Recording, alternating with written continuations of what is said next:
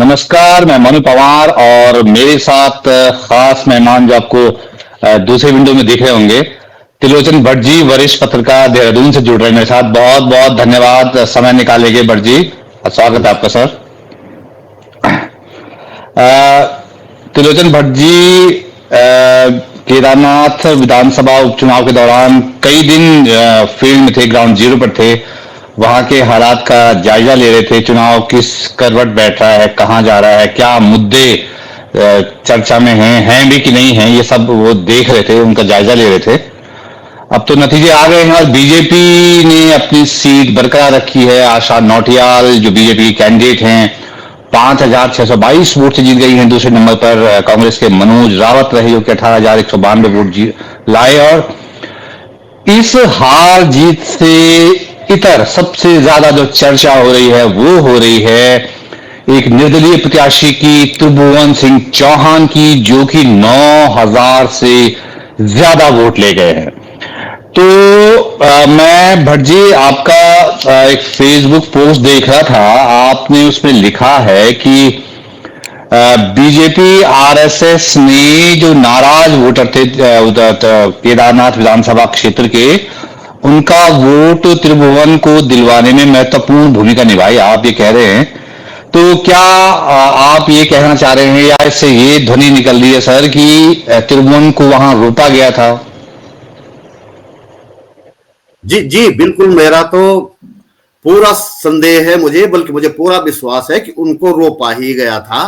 दरअसल केदारनाथ क्षेत्र में एक सरकार विरोधी, खासकर मैं कहूं कि मुख्यमंत्री विरोधी लहर थी और वो लहर बहुत प्रचंड थी। इस लहर को वो भांप गए थे समय रहते ही, और उन्होंने एक तरह से 2 कैंडिडेट अपने लड़वाए वहां।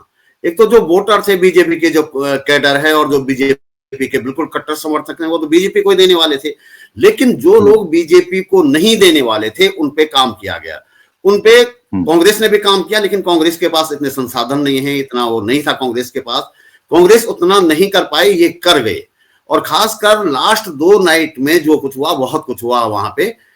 तो उन वोटरों को जो सरकार से नाराज थे, बदलाव चाहते थे, उनका वोट कांग्रेस को जा सकता था, लेकिन बीजेपी और आरएसएस ने करके उस वोट को त्रिभुवन के पक्ष में कर दिया। वरना भाई साहब, निर्दलीय एक उम्मीदवार, निर्दलीय जो महज कुछ सालों का पत्रकार है, बहुत ज्यादा पहचान नहीं है, अपने गांव में भी वो बेचारा नहीं रहा है, बाहर ही रहा है, अचानक चुनाव लड़ने गया और 9,000 वोट ले आया। ये एक बड़ी बात। मैं बार बार इंद्रेश मैखुरी का उदाहरण दे रहा हूं, वो लगातार फील्ड में है, लगातार लोगों के बीच है, लोगों के सुख में, दुख में, संघर्षों में रहते हैं, लाठियां खाते हैं, उनको कुछ सौ वोट मिलती है कर्णप्रयाग क्षेत्र में।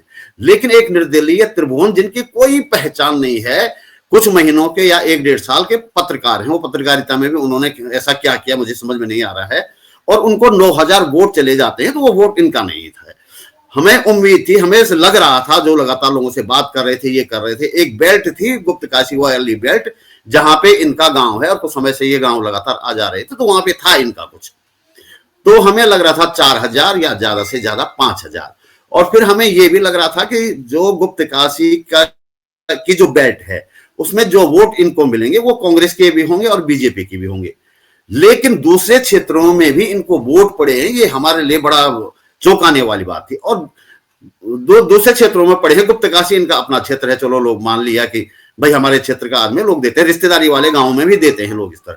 लेकिन हर क्षेत्र में इनको वोट पड़ना, जो सीधा सीधा मतलब ये है, इनकी पहचान नहीं है, जो मैं कह चुका हूं, कोई पहचान तो है नहीं, फिर भी वोट पड़ना तो सीधी सीधी ये है कि आरएसएस और बीजेपी ने अपने नाराज वोट, जो अपनी तरफ नहीं कर सकते थे, इनकी तरफ किए हैं। ये सीधा सा गणित है इसका। जी, कई लोग कह रहे हैं कि त्रिभुवन जो है वो लगातार काम कर रहे थे फील्ड में, लोगों की समस्याएं उठा रहे थे अपने यूट्यूब के जरिए, और यूथ को उन्होंने जो है मोबिलाइज किया, अपने साथ किया। बहुत लोग जो है उससे ये था कि भाई कम से कम एक आदमी यहाँ के मसले उठा रहा है, इसलिए शायद उनकी पहचान बनी। क्या वो चीजें कहीं काम की हैं या आप कह रहे हैं कि नहीं, ऐसा कुछ था ही नहीं, मतलब ये कह रहे हैं? मसले उठाने वाली बात यदि इतनी मजबूत होती है ना, तो हम तो 3 साल से उठा रहे हैं, यूट्यूब पे उठा रहे हैं, 30-35 सालों में अखबारों में भी उठाते रहे, हमें तो कोई नहीं जानता है ना। यदि मैं आज के डेट में चुनाव लड़ूं तो 100-150 वोट भी मुश्किल से मुझे पड़ पाएंगे। और हमसे ज्यादा मसले तो इन्होंने 1.5 साल में नहीं उठाए होंगे, मैं नहीं मानता। हम लगातार उठाते रहे हैं। चलो मैं नहीं उठा रहा हूं, फिर मैं इंद्रेश मैखुरी का उदाहरण दे रहा हूं, ये तो हर जगह सक्रिय है। नुक्ता ए नजर उनका एक वो है, ब्लॉग है, उस पर लगातार लिख रहे हैं, हर समस्या पे लिखते हैं। तो उन्हें तो नहीं पड़ते वोट। इन्होंने ऐसा कौन सा तीर मार दिया, किस मसले पे इतना कर दिया। और इंद्रेश की बातों में एक्शन भी होता है। चुनाव के अगले ही दिन उन्होंने जो है एक पोस्ट लिखी, रुद्रप्रयाग के इलेक्शन ऑफिसर का फेसबुक पेज की फोटो डाली, उसमें कुछ अजीब तरह के फोटो, कुछ लड़कियों के इस तरह के थे, उन्होंने लिखा और अगले दिन बदल गया वो। फिर और अप्रैल से शायद नहीं, हाँ ऐसा कुछ है, तब से कोई नई पोस्ट उस फेसबुक पेज पे नहीं आई थी। अजीब से कुछ लड़कियों के फोटो थे, अजीब एक्शन करते हुए जैसे होते हैं इस तरह के फोटो। बाकी कोई पोस्ट कई महीनों से नहीं आई थी। और उनके लिखते ही भी ठीक हुआ, उसमें जो है इलेक्शन ऑफिसर के फोटो आए और लगातार एक दिन में 5-5, 6-6 अब उसमें पोस्ट भी हो रही हैं। तो उनके कहने पे तो एक्शन भी होता है। इसके अलावा उन्होंने जो है, जब ये चुनाव चल ही रहा था, चुनाव से 2 दिन पहले दर्शन भारती अगस्तमुनि पहुंचते हैं, हम उस दिन अगस्तमुनि में थे, इंद्रेश भी मेरे साथ थे। तो वहां उन्होंने कि वो मुसलमानों के खिलाफ जो उनका अभियान है, एक मुस्लिम जो है हार्डवेयर की दुकान चलाता है, उसमें गढ़वाल हार्डवेयर कैसे लिख दिया और उस बेचारे ने उस पर रंग पोत दिया अगले दिन। इस पे भी उन्होंने इलेक्शन कमीशन को और तमाम लोगों को चिट्ठी लिखी। अगले ही दिन जो है एसडीएम का बयान आया कि इसके खिलाफ मुकदमा दर्ज किया जाएगा, हालांकि हुआ या नहीं हुआ मुझे नहीं पता। तो उनके कहने पे तो एक्शन भी होता है। इनके किस उस रिपोर्ट पे, किस समस्या पे ऐसा एक्शन हुआ हमने तो नहीं देखा है। तो फिर इनको वोट पड़ने का, इसके आधार पर, पत्रकारिता के आधार पर वोट पड़ने का तो कोई मतलब है ही नहीं, दूर दूर तक नहीं है, ये तय है जी। तो मतलब हम ये कह सकते हैं कि त्रिभुवन सिंह चौहान बीजेपी को बचा ले गए केदारनाथ उपचुनाव में।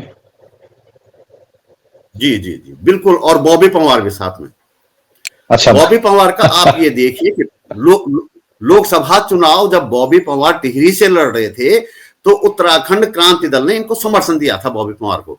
लेकिन यहाँ केदारनाथ में उत्तराखंड क्रांति दल का उम्मीदवार था, बॉबी पंवार उसके पक्ष में नहीं गए, ये इन निर्दलीय महोदय के पक्ष में गए। क्यों गए, ये सोचने वाली बात तो है ना, हम सबको सोचना चाहिए। भाई यूकेडी ने आपको समर्थन किया था, आपका फर्ज तो ये था ना, आप यूकेडी के साथ खड़े होते। एक पार्टी भी है वो, कम से कम एक पार्टी तो है। लेकिन एक बिल्कुल अनजान आदमी को, जो देहरादून में समझ से कभी कभी मुझे वहां मैं तो जानता भी नहीं था त्रिभुवन पंवार चौहान कोई पत्रकार है। जब वहां लगातार सुना, मैं केदारनाथ में गया कि त्रिभुवन चौहान, मैंने कहा है कौन यार, किसी ने मैं फोटो दिखाया मुझे, अरे मैंने कहा ये तो मुझे दिखे हैं 1-2 बार, वहां प्रेस क्लब के बाहर बैठे रहते हैं, कुछ करते रहते हैं वहां पे। तो तब मुझे ध्यान आया ये पत्रकार इतने बड़े हो गए भाई ये, और इतने बड़े हुए कि 9000 वोट भी ले गए वो इस रिपोर्ट पे ले गए। जैसे कि आप कह रहे हैं वो लगातार समस्याएं उठाते रहे, तो समस्याएं तो उनसे ज्यादा तो हमने ही उठाई होंगी, लेकिन हमें तो कोई जानता नहीं वहां। उन्हें 9000 वोट पड़ रहे हैं और हर क्षेत्र से पड़ रहे हैं। एक पर्टिकुलर क्षेत्र होता है ना, जैसे मैं चुनाव लड़ूं सपोज, तो मेरे गांव के आसपास के या रिश्तेदारियों के गांव में 2-2, 5-5, 7-7 तो कुछ वोट हो सकता है, 200-300-400 हम ले आए। लेकिन 9000 वोट मायने रखता है, ये इनकी अपनी लोकप्रियता नहीं है। और कुछ लोग कह रहे हैं बॉबी फैक्टर है, बॉबी फैक्टर कोई कहीं नहीं है, क्योंकि हमने इनकी रैली देखी फाटा से गुप्तगाछी तक तो इनके पास 15-20 गाड़ियां थी, वो ट्रैकर जो चलते हैं आजकल पहाड़ों में। इन ट्रैकर में इनके 5-5, 7-7 लोग बिठा रखे थे। तो जहां ये उतरते थे वहां ये ट्रैकरों में से लोग उतर जाते थे, इनकी जनसभा हो जाती थी, यानी भाषण सुनने वाली जनता इनकी अपने साथ में थी। अब गुप्त काशी तो उसका अपना बाजार है, क्या कहते हैं, त्रिभुवन चौहान का। वहां वही जनता थी जो गाड़ियों में थी, और 10-12 कुछ औरतें थी उनके गांव की, इतना वहां पे था। तो फिर भी इतनी ज्यादा वोट ले जाना तो हमारी तो उनकी वजह से, अपनी लोकप्रियता की वजह से, अपने काम की वजह से, अपनी रिपोर्टिंग की वजह से, पत्रकारिता की वजह से इतनी वोटें मिली हैं, ये मुझे नहीं लगता जी। लेकिन कई लोग कह रहे हैं कि मतलब ऐसा कह के हम क्या उसकी फाइट को कमतर तो नहीं कर रहे हैं, मतलब फाइट तो हुई है, उसने इतनी मतलब इतने वोट ले गया है, तो ऐसा तो नहीं है कि कोई कैंडिडेट आया है, नया कैंडिडेट आया है और नया यूथ है, कहीं उसकी फाइट को हम इस तरह कमतर तो नहीं कर रहे हैं कि भाई उसने बीजेपी की मदद की या उसने कांग्रेस को हरवाया, ऐसा तो नहीं है? नहीं, इस तरह की बातें जो है ना, मैंने जो पोस्ट लिखी है उसमें भी कई लोगों ने पूछे हैं कि क्या चुनाव लड़ने का हक केवल बीजेपी को और कांग्रेस को ही है। तो मैं उनसे ये कहता हूं भाई नहीं, सबको है। यदि आप वयस्क हैं, आप सरकारी कर्मचारी नहीं हैं, आप पागल नहीं हैं, दिवालिया नहीं हैं, सजा याफ्ता नहीं, तो आप लड़ सकते हैं, कोई भी लड़ सकता है। लेकिन सवाल यह है कि चुनाव लड़ने का आपका मकसद क्या है। यदि जनता के लिए यदि आप लड़ रहे होते तो आप मिलकर लड़ते। इस समय सबसे बड़ी चुनौती बीजेपी को हराना है। यदि ऐसा होता, सचमुच आप जनता के पक्ष में होते, तो आप मिलकर लड़ते, एक बार बीजेपी को हराने की कोशिश करते। अगली बार हम कांग्रेस से लड़ लेते भाई, अगली बार हम कांग्रेस से लड़ लेते। लेकिन फिलहाल तो बीजेपी हमारे सामने पहाड़ की तरह खड़ी है ना। और हम लोग लगातार, बॉबी पवार और हम लोग लगातार इसी सत्ता के खिलाफ तो लड़ते रहे हैं, लगातार सड़कों पर हैं। अब सड़कों का आदमी अचानक सत्ता के लिए लगे कि सत्ता के लिए सेफ्टी वॉल्व बन रहा है, तो कहीं ना कहीं संदेह तो होता है और होना भी चाहिए। जनता के लिए नहीं था। अब चुनाव लड़ रहे हैं, लड़िए भाई, लेकिन एक मकसद तो होना चाहिए ना कि आप क्या करने वाले हैं और कितना आपके पास जनता के लिए काम करने के लिए कितना आपके पास अनुभव है। और अनुभव नहीं भी है तो क्या करने वाले हैं आप। तो कुल मिला के सत्ता को जिताया आपने और क्या किया, यही किया। जबकि आप सत्ता के विरोध की बातें करते हैं तो हम कमतर रहे यहाँ कर रहे हैं। लेकिन एक उद्देश्य भी तो होता है ना, मकसद होता है कि चुनाव लड़ने का आपका मकसद क्या है। तो ये मकसद हमें कहीं नजर नहीं आया। अच्छा भट्ट जी, आप शुरू में कह रहे थे कि मतलब आपने जो लिखा भी है कि इन्होंने बहुत महत्वपूर्ण भूमिका निभाई, नाराज वोटरों का जो वोट जो है त्रिभुवन को जाए। लेकिन क्या कोई जरूरी है कि जो बीजेपी का नाराज वोट ही त्रिभुवन ले गए हों? क्या वो कांग्रेस, मतलब जरूरी तो नहीं है कि बीजेपी विरोधी वोट जो है मतलब त्रिभुवन को ही पड़ा हो, कांग्रेस विरोधी वोट भी तो त्रिभुवन को पड़ सकता है। कि मतलब वैसा वोटर जो जिसे ना बीजेपी पसंद है ना कांग्रेस पसंद है, ये भी तो हो सकता है कि लोगों ने सोचा कि नहीं यार ये नया लड़का है, इसको देखते हैं। कुछ हद तक ऐसा भी है, कुछ हद तक। लेकिन ज्यादातर वोट कांग्रेस के इन्होंने काटे हैं, ये तय है। अच्छा। बीजेपी के वोट उन्होंने अपनी घाटी में तो काटे हैं। अपनी घाटी में जो गुप्तकाशी वाली घाटी है उसमें बीजेपी के वोट भी इनको आए हैं।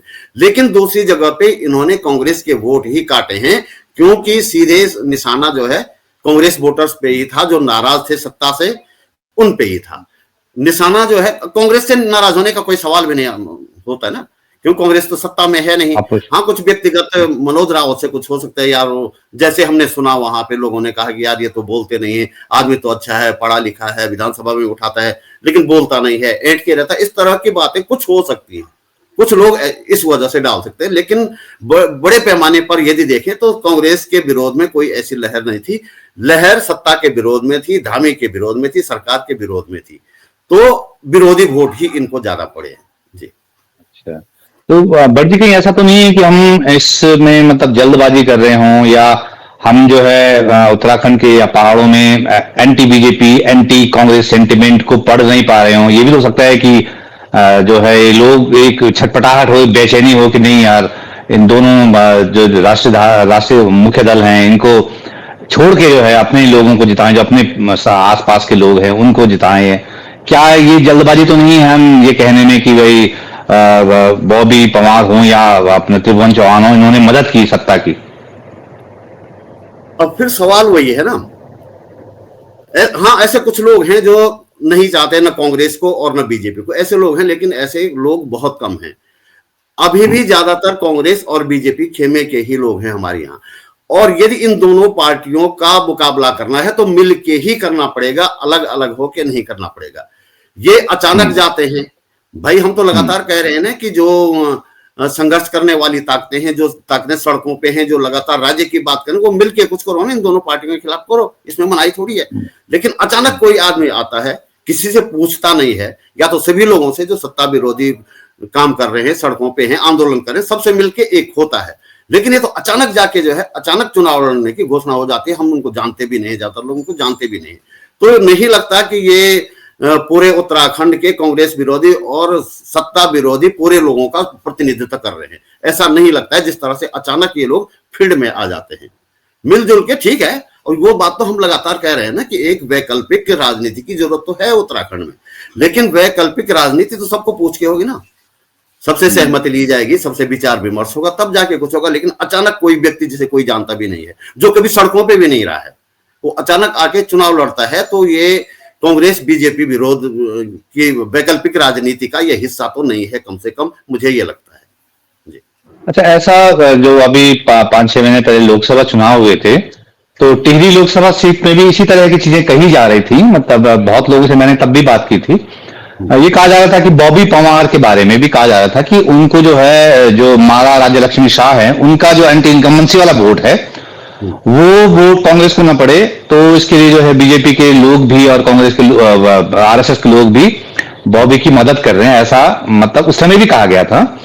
तो क्या हम इसे एक राजनीतिक प्रयोग माने? मतलब क्या ये पार्ट 2 है? टिहरी के बाद केदारनाथ उपचुनाव, इस प्रयोग का अगला चरण है? अच्छा, यहाँ पे मैं आपका जो पहला क्वेश्चन था उसको मिला के मैं इस बात को बोलूंगा। बॉबी पंवार ने जब चुनाव लड़ने की बात कर रहे थे तो वो कांग्रेस से भी टिकट की लाइन में थे। यदि यदि इनका इरादा बीजेपी कांग्रेस का विरोध होता तो ये कांग्रेस की टिकट की लाइन में नहीं होते। और लगातार कई अलग अलग जगहों से उन्होंने सिफारिशें करवाई। बाई चांस मैं भी उन लोगों में से एक हूं जो एक छोटे स्तर के नेता को जानता था कांग्रेस के, और मैंने कहा था यार इनको मिल जाए तो बढ़िया है। यदि ये बीजेपी और कांग्रेस विरोधी सत्ता का प्रतिनिधित्व होता तो वो कांग्रेस की टिकट की लाइन में बिल्कुल नहीं होते, लेकिन वो कांग्रेस की टिकट की लाइन में थे। और उनको जो वोट मिले अच्छे खासे 1,68,000 कम नहीं होता है। वो दरअसल जो बेरोजगार आंदोलन था वो उस समय उससे ज्यादा टाइम नहीं हुआ था। और सेंटिमेंट इनकी था लोग उसका। थी जो आंदोलन में लगातार ये जेल रहे, वो क्या, हालांकि हम भी उस आंदोलन में लगातार सक्रिय रहे, लेकिन ये प्रतिनिधित्व कर रहे थे। तो इनकी थी एक साख थी, उस साख को उन्होंने भुनाया, लेकिन उसका भी फायदा कहीं ना कहीं बीजेपी को हुआ। हालांकि इनके वोट और कांग्रेस को मिले वोट भी मिला दे तो तभी बीजेपी आगे थी। इससे ये नहीं लगता कि बहुत ज्यादा टिहरी में बहुत ज्यादा ये कांग्रेस को नुकसान कर पाए या बीजेपी को फायदा कर पाए। मुझे ऐसा लगता है जी। अभी आपसे बात करने से पहले मैं बॉबी पंवार का एक सोशल मीडिया बयान अभी लेटेस्ट पढ़ रहा था। उन्होंने कहा कि हम पे बी टीम होने के आरोप लग रहे हैं, और ये बीजेपी और कांग्रेस जो है ये मित्र विपक्ष हैं, मतलब आपस में इनकी मिली जुली वो है। और ये जो है ये हमको दोनों दोनों दल हम पे आरोप लगा रहे हैं बी टीम होने का एक दूसरे की। उनका ये कहना है कि बागेश्वर उपचुनाव में बीजेपी ने कहा कि तुम कांग्रेस की बी टीम हो, अब हमको कहा जा रहा है कि तुम बीजेपी की बी टीम हो। तो मतलब एक सवाल से ये बनता है कि ऐसे में तो कोई अपोजिशन तो पैदा ही नहीं होगा ना फिर। दरअसल क्या है कि अब बागेश्वर में शायद ये इसलिए सक्रिय थे कि इन्होंने कहीं ना कहीं लोकसभा में कांग्रेस की टिकट लेने की इनकी इच्छा थी, जो कि उन्होंने प्रयास किए भी, है ना। तो अब वहां ये कांग्रेस के पक्ष में दिखे, और मेरा तो यही अनुमान है इसलिए दिख रहे थे ये ताकि लोकसभा में टिकट ले सके, लेकिन उनको नहीं मिली। तो इसलिए तो बोलना ही था। लेकिन जब कांग्रेस की टिकट इनको लोकसभा में नहीं मिली तो ये सीधे सीधे दूसरे खेमे में चले गए। और कांग्रेस की टिकट लेके भी क्या करना चाह रहे थे, किसकी मदद करना चाह रहे थे, ये तो हम नहीं बोल सकते क्या है। लेकिन बागेश्वर में इसलिए बी टीम बोला गया, ये कहीं ना कहीं लोकसभा में ये अपना तभी से करने लगे थे कि यार कांग्रेस हमें टिकट दे दे, बीजेपी तो देगी नहीं तो कांग्रेस ही दे दे, कोई ना कोई तो दे दे। सवाल इस बात का है। तो वैकल्पिक राजनीति इनकी नहीं है। हाँ, वो उनको एक बहाना मिल गया तो वहां इन्होंने कहा, या इन्होंने कहा तो हम तो बी टीम है ही नहीं, तो इनको एक बहाना सा मिल गया है जी। अच्छा, क्या हम ये नहीं कह सकते कि 2027 के लिए बॉबी पंवार हो, त्रिभुवन चौहान हो, ये जो है एक फोर्स बनने की ओर बढ़ रहे हैं, या क्या मतलब क्या लग रहा है, क्या स्ट्रेटजी हो सकती है इनकी? अच्छा, मुझे तो जो है ना, मैं ये चाहता हूं कि वास्तव में ये लोग कांग्रेस और भाजपा के विरोध में एक वैकल्पिक ताकत बने, पूरे उत्तराखंड में बने। हर जगह इस तरह के लोगों को, अपने जैसे लोगों को ये जोड़ें और एक वैकल्पिक टीम बने। लेकिन फिलहाल इनकी जो स्ट्रेटेजी है, मैं ही हूं सब कुछ, तो उसमें हमें नहीं लगता कि इस तरह का कुछ होगा। भाई यदि वैकल्पिक राजनीति आपको खड़ी करनी है 2027 के लिए, जो बार बार कई तरह से बातें हो भी रही हैं कि कांग्रेस और बीजेपी से अलग एक ताकत होनी चाहिए, ये ताकत ये लोग बन सकते हैं। इस समय लोग इनकी सुन रहे हैं, लोग इनको वोट दे रहे हैं, ये उत्तराखंड में सब लोग इनको जानने भी लगेंगे, तो कर सकते हैं। लेकिन मुझे नहीं लगता है करेंगे। यदि करने वाले होते तो चाहे टिहरी लोकसभा चुनाव में हो या अभी केदारनाथ में हो, ये लोग सबसे मिलजुल के जो वैकल्पिक राजनीति की बात करते हैं, चाहे वो यूकेडी है, वो चाहे उत्तराखंड परिवर्तन पार्टी हो, या दूसरे दल हो, या उत्तराखंड महिला मंच जैसे संगठन हो जो लगातार सड़कों पे इनसे बात करते हैं। लेकिन इन्होंने ऐसा नहीं किया। हमें भी अचानक जब ये चुनाव में चले जाते हैं तब पता चलता है। और बॉबी पंवार को तो हमें पहले पता चल गया था। इनको हमने समझाने की कोशिश भी की थी कि अभी लोकसभा आप मत तोड़ो, बहुत बड़ा क्षेत्र होता है, इतना नहीं कर पाओगे आप। इस समय जो विपक्षी दल है, जो सत्ता में नहीं है, उसको मदद करो और अगले चुनाव में सब लोग मिलकर तुम्हारी मदद करेंगे, चाहे कोई तुम्हें टिकट दे या नहीं दे। लेकिन उन्होंने इन ताकतों का कहना, ये जो तमाम जो सत्ता विरोधी ताकतें, आंदोलनकारी ताकतें, उनको कहना नहीं माने, ये अपने आप चले गए। ऐसे ही केदारनाथ में किसी से पूछा नहीं, ये चले गए। तो ऐसे में ये एक वैकल्पिक राजनीति का उत्तराखंड में चेहरा बनने वाले हैं, ऐसा मुझे नहीं लगता। हालांकि मैं उम्मीद करता हूं ऐसा हो। अच्छा, ये बात चूंकि बहुत मतलब मैं शुरू में ही कहा था कि जीत हार से ज्यादा चर्चा ये हो रही है कि यार निर्दलीय प्रत्याशी जो है त्रिभुवन सिंह चौहान इतनी वोट कैसे ले गया। लेकिन इतना चौंकना क्यों जरूरी है, जबकि 2022 में कुलदीप रावत मतलब इतने वोट ले गए कि जो मेन अपोजिशन पार्टी थी कांग्रेस का प्रत्याशी तीसरे नंबर पर रहा। तो क्या हम ये नहीं मानेंगे कि केदारनाथ, आप तो चुनाव देख चुके हैं, आप वहां घूम भी चुके हैं, लगातार आप लोगों से बात भी की, हजारों लोगों से आपने बात की होगी, क्या वो कुछ सेंटिमेंट नहीं है केदारनाथ में कि यार हाँ भाई कुलदीप रावत के बाद ये भी कैंडिडेट हैं कि जिन्होंने लोगों ने मुख्य धारा की पार्टियों के अलावा भी किसी को देखा है।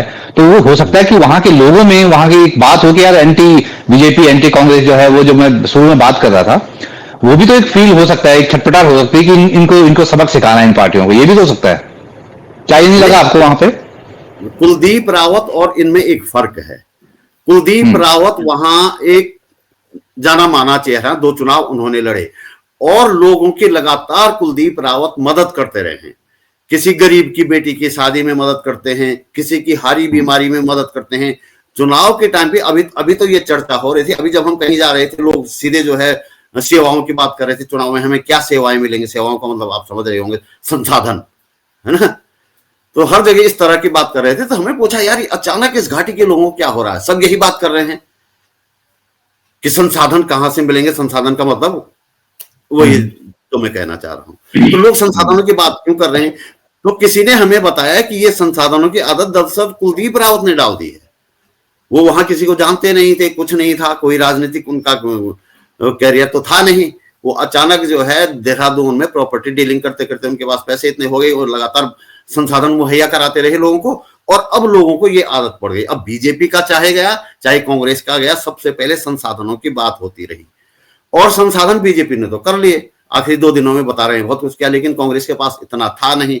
तो ये मूलभूत अंतर है कुलदीप रावत में और इनके पास। तो इन्होंने तो ज्यादा पैसा खर्च नहीं किया, कुछ पोस्टर लगाए, कुछ रैलियां निकाली। इससे ज्यादा किसी की हारी बीमारी में, किसी के शादी ब्याह में, किसी के बच्चे की फीस देने में, इसमें तो ये रहे नहीं, जबकि कुलदीप रावत रहा है। तो कुलदीप रावत को ज्यादा वोट मिलना इसलिए कहीं ना कहीं जस्टिफाई होता है। इनको इतने वोट मिलना कहीं से भी किसी भी रूप में जस्टिफाई नहीं हो पा रहा है, ये मेरा कहना है। अच्छा, आखिरी दिनों की आप बात कर रहे थे, जो चुनाव से 1-2 दिन पहले की बात, उस दौरान आप वहीं रहे इलाके में, क्या हुआ, ऐसा क्या बदलाव हुआ? क्योंकि मैंने भी वहां पे कुछ रिपोर्टरों से बात की थी, वो कह रहे थे कि फाइट तो क्लोज लग रही है, लेकिन बीजेपी का एज उस समय उनको लग रहा था। लेकिन आखिरी 2 दिनों में क्या हुआ होगा ऐसा? हाँ, ये देखिए कि बीजेपी भी जब तक चुनाव प्रचार खत्म नहीं हुआ था तब तक बीजेपी भी निराश थी। यहाँ तक कि आशा नौटियाल भाषण में अपने रो रही थी। तो एक तरह से इतनी निराशा उनके भीतर थी। आदमी रोता तभी है जब निराश हो जाए, जो उसे लगे कि बिल्कुल हाथ से बात निकल गई है। लेकिन चुनाव प्रचार होते ही बीजेपी ने अचानक कहना शुरू कर दिया था कि हम जीत रहे हैं, और वजह थी संसाधन। कुछ संसाधन चोपता में पकड़े भी गए हैं, है ना। आधी रात को ले जा रहे थे इस तरह के संसाधन। वहां तो कांग्रेस के सारे लोग पहुंच गए थे, तो वो तो पकड़ में आ गए। बाकी कितना कुछ हुआ किसको जानकारी है। और खासकर इनका जो है, जो आखिरी 2 रात बता रहे हैं, इनका फोकस रहा है अनुसूचित जनजाति। अनुसूचित जनजाति के तमाम लोग कांग्रेस अनुसूचित जाति के तमाम लोग जो है ज्यादातर कांग्रेस के पक्ष में थे। हम कई गांवों में गए, लेकिन आखिरी 2 रातों में मैनेज हुई है वो, और मुझे लगता है ठीक ठाक मैनेज हुए। जो 2-3-4 हजार वोट तो उससे ज्यादा पड़ी है, और वो सारे संसाधनों का कमाल है जी। अच्छा, मनोज रावत जी को मतलब क्या हो, चौकर जैसे एक शब्दावली इस्तेमाल करती है, क्रिकेट में करते हैं कि वो चूक क्यों रहे हैं, जबकि वो सबसे पढ़े लिखे आदमी हैं, विधानसभा में ठीक ठाक बोलने वाले, चीजों को समझने वाले, मुद्दों की समझ रखने वाले, पहाड़ को बहुत ढंग से करीबी से समझने वाले आदमी हैं, सीजनड आदमी है, मतलब पॉलिटिशियन है, तो वो कहाँ उनसे चूक हो रही है? ये पार्टी संगठन की चूक है या उनकी अपनी चूक है? ये मुझे लग रहा है दोनों स्तरों पे चूक है। मनोज रावत की अपनी चूक ये है कि जो वो हैं वो लोगों को नहीं बता पाए, और जो वो नहीं है वो लोगों में प्रचार हो गया, वो थोकदार बनते हैं जी। जबकि उस आदमी में मैंने देखा ऐसी कोई बात है नहीं थोकदार वाली, जमीन से जुड़ा हुआ है, वो बड़ा घमंडी है जी, जो कि है नहीं, लेकिन ये बात प्रचारित हो गई। एक और बात वहां प्रचारित हुई कि वो विधायक जी ने, जब विधायक थे जी, उन्होंने विधायक निधि तो खर्च की नहीं, उनके मेरे समझ से 12 लाख रुपए बच गए थे, जबकि उसमें कुछ पैसे जो शैला रानी के कांग्रेस कार्यकाल का था, जब वो बीजेपी में चली गई छोड़ के, वो भी जब ये विधायक बने कि इनके पास आ गया था, वो भी खर्च किया उन्होंने, 12 लाख बच गए थे। उसका कुछ जगह कहा 60 लाख, कहीं कहा 6 करोड़, 6 करोड़, हाँ 6 करोड़, और कुछ जगह तो 60 करोड़ भी बताया किसी ने। तो ये जो हुआ नहीं, लेकिन उनका जो नेटवर्क जो है बड़ा तगड़ा है, तो उन्होंने प्रचारित कर दिया। हम बीच बीच में जब चलते हुए लोगों को अपनी गाड़ी में लिफ्ट देते रहे, जो उनसे पूछा हमने, तो हर जगह यही बात थी कि यार उन्होंने विधायक निधि भी खर्च नहीं की। उनको समझाया यार उनके विधायक निधि तो देखो चुनाव बच ही जाता है। 6 करोड़ वर्सेस 600 करोड़ हो गया ना, धामी साहब ने 600 करोड़ की योजनाएं दे दी, और ये प्रचारित किया कि तुम्हारा विधायक तो 6 करोड़ भी खर्च नहीं कर पाया।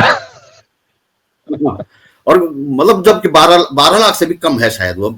और दूसरी बात ये कि इनका पूरा ब्यौरा इनके पास था, मनोज भाई के पास भी था, वो इसका जवाब ही नहीं दे पाए। सारा ब्यौरा था कि कितना है और कितना उन्होंने खर्च किया, कितना बाकी है, सारा ब्यौरा इन्होंने जो है सरकारी ऑफिस से ले रखा था, इनके पास था, लेकिन उन्होंने बताया नहीं, पब्लिक तक ये बात पहुंचाई नहीं पाई, ये उनकी चूक थी। हाँ, संगठन भी वहां उसमें केदारनाथ क्षेत्र में जो है संगठन, कांग्रेस संगठन थोड़ा काफी कमजोर हमें महसूस हुआ। अब वहां इन्होंने एक सिस्टमेटिक ये कर रखा था कि बाहर के एक एक लोग हर क्षेत्र में, अलग अलग क्षेत्रों में इन्होंने प्रभारी बना रखे थे, लेकिन वहां के लोकल जो पदाधिकारी थे वो या तो थे ही नहीं, वो या आ ही नहीं रहे थे, इस तरह का कुछ था वहां गड़बड़। हालांकि फिर भी उनका सिस्टमेटिक चुनाव था, बद्रीनाथ की तरह ठीक ठाक से उन्होंने यहाँ पे चुनाव लड़ा था, लेकिन ये दोनों कमियां थी वहां। अच्छा, तो और दूसरी बात ये थी कि क्या मनोज रावत के जो कांग्रेस के सारे खेमे थे, जो सारे क्षत्रप थे, वो सारे उसी ताकत के साथ, उसी जोश के साथ जुटे हुए थे जैसे मतलब जुटना चाहिए था, या आपको लगा कि नहीं यार इनमें तो कुछ कोऑर्डिनेशन ही नहीं है? हाँ, यहाँ पे जो है मेरे बाकी सब तो एकजुट थे, लेकिन अंदर खाने कहीं कहीं कुछ लोग, जैसे एक बैठे मेरे पास तो कांग्रेस के आदमी, तो कहने लगे यार कैसे जीत जाएंगे, वहां इतना इनको, वहां इतना इनको, वहां इतना इनको। तो मैंने उन्हें एक कहानी सुनी कि भाई दो दोस्त जो है ना जंगल में जा रहे थे, रात को अंधेरा हो गया, गाड़ी खराब हो गई, तो एक ने कहा कोई बात नहीं, गाड़ी में रह लेंगे। तो दूसरे ने कहा यार शेर आ जाएगा, उसने कहा हम शीशा चढ़ा देंगे। तो उसने कहा यार शेर शीशा तोड़ देगा। तो उस दोस्त ने कहा यार तू ये बता, तू मेरे साथ है या शेर के साथ है? तो मैंने कहा तुम पहले साफ कर दो तुम हो किधर। तो इस तरह के, लेकिन फिर भी मोटे तौर पे सारे एक साथ दिखे। कुछ कुछ ऐसे लोग थे जो टिकट के दावेदार भी थे शायद, तो नहीं मिला तो इसलिए भी कुछ था, लेकिन बहुत बड़े पैमाने पे ये नहीं था, छिटपुट इससे ज्यादा बीजेपी में था कुल। हाँ, आप बताए, आप, मैं सुन रहा था आपको, आप कह रहे हैं कि बीजेपी में भी भीतर जो है बड़ा वो था, खेमेबंदी थी, क्या क्या आपको लगा? और बीजेपी में भी जो टिकट के दावेदार थे और बाकायदा मंच से कह रहे थे कि 2027 में तो मुझे टिकट के लिए कहा गया है जी, तो उन्हें टिकट तो तब मिलेगी ना, तब मिलती ना जब इस बार आशा नौटियाल हार जाती। आशा नौटियाल हारेगी तभी उनको 27 में टिकट मिलेगी, जीतेगी तो आशा नौटियाल को ही मिलेगी। तो कहीं ना कहीं वो कुछ ना कुछ तो संदेश दे रहे थे, और दूसरे भी दावेदार कुछ न कुछ जो है मतलब पूरी तरह से खुल के साथ में नहीं थे, जबकि कांग्रेस वाले बेशक इस तरह का हिसाब बता रहे थे जैसे मैंने बताया, लेकिन फिर भी दिखने में वो लगातार साथ में दिख रहे थे और हर जगह नजर आ रहे थे। इस तरह का कांग्रेस और बीजेपी में ये फर्क था जी। तो आखिरी सवाल भट्ट जी, जो इस चुनाव को लेके बड़ी बातें कही जा रही थी कि भाई ये धाकड़ धामी साहब अगर हार गए, मतलब बाय इलेक्शन, तो गई कुर्सी, तो अब तो मतलब ये मान के चलेंगे 27 तक कोई खतरा नहीं है उनको? हाँ, इस जीत से ऐसा तो हुआ है, क्योंकि जब बीजेपी को भी लग रहा था हम हार रहे हैं, प्रचार खत्म होने तक कांग्रेस को लग रहा था हम जीत रहे हैं, उस समय तक ये चर्चा भी लगातार चल रही थी कि यदि यहां हार गई बीजेपी तो धामी जी निपट जाएंगे, उनको कुर्सी छोड़नी पड़ेगी। लेकिन फिलहाल उन्होंने यहाँ पे जीत दर्ज की है और अच्छे मार्जिन से जीत दर्ज की है।